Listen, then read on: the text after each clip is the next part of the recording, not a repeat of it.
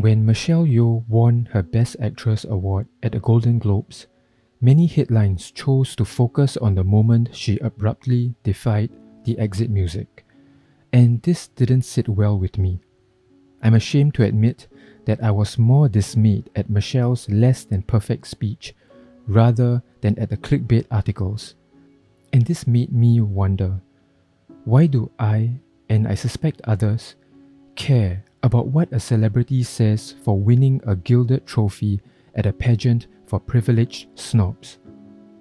Clearly, my irrational concern had to be addressed. So, full disclosure, I was rooting for the cast and crew of Everything Everywhere All at Once at the Golden Globes.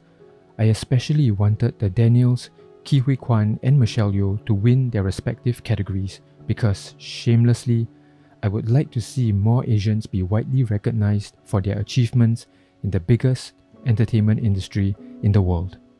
But the most ridiculous part was that I wanted their acceptance speeches to be exceptional, according to my arbitrary standards.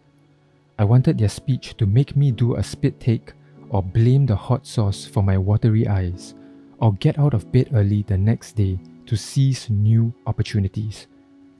If the speech didn't induce laughter, tears, or inspiration, I would consider it a letdown.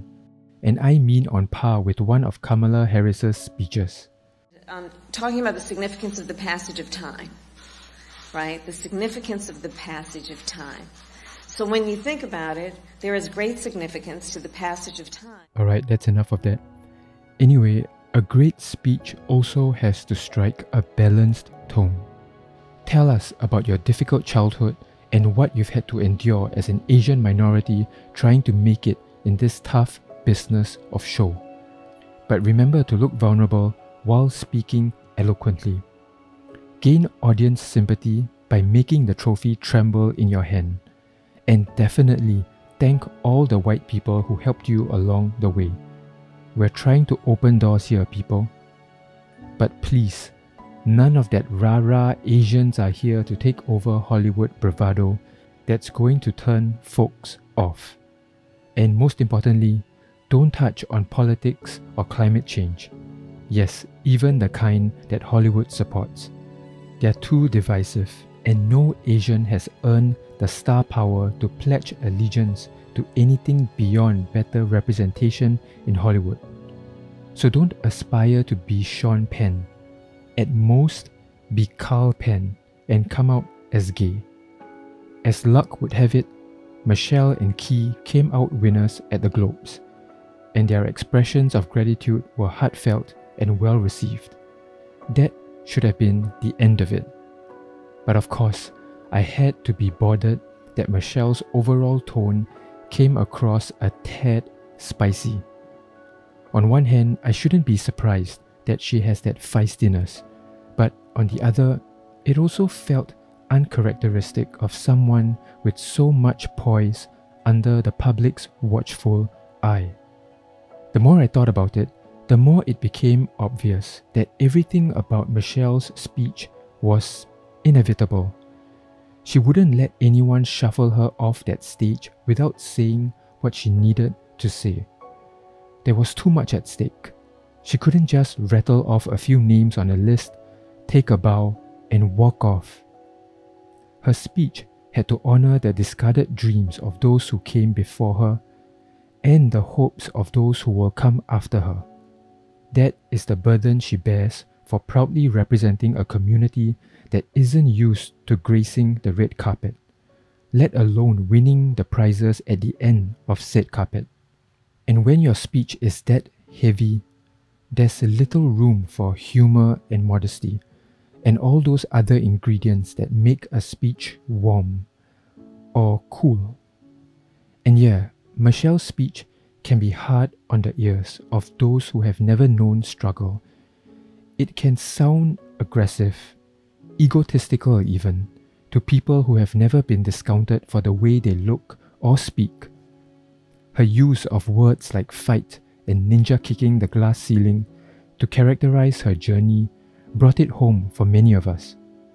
Sure, she may have chosen those words because of her background in martial arts, but they also accurately describe the battles she's had to endure to get ahead.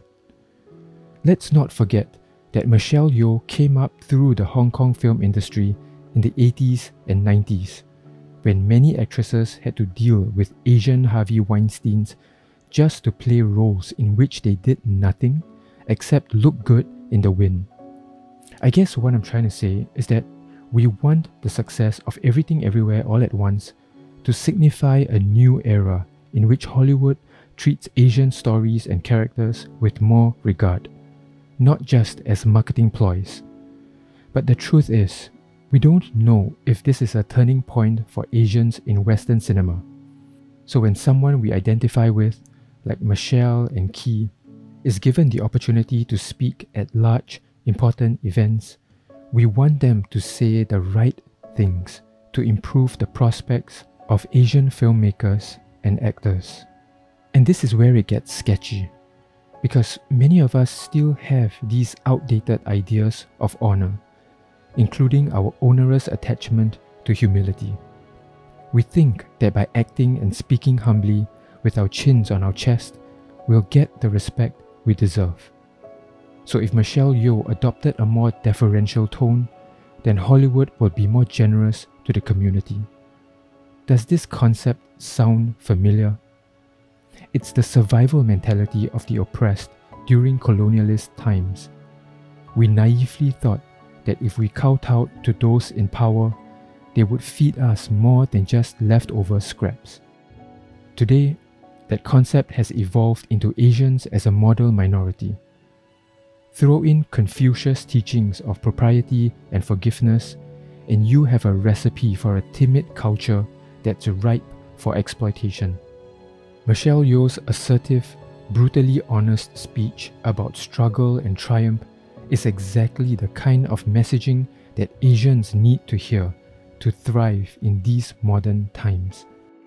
Her words were as much a wake-up call for an industry of bullies as it was a rallying cry for the rest of us. We should take a page from Michelle and revamp our collective attitude.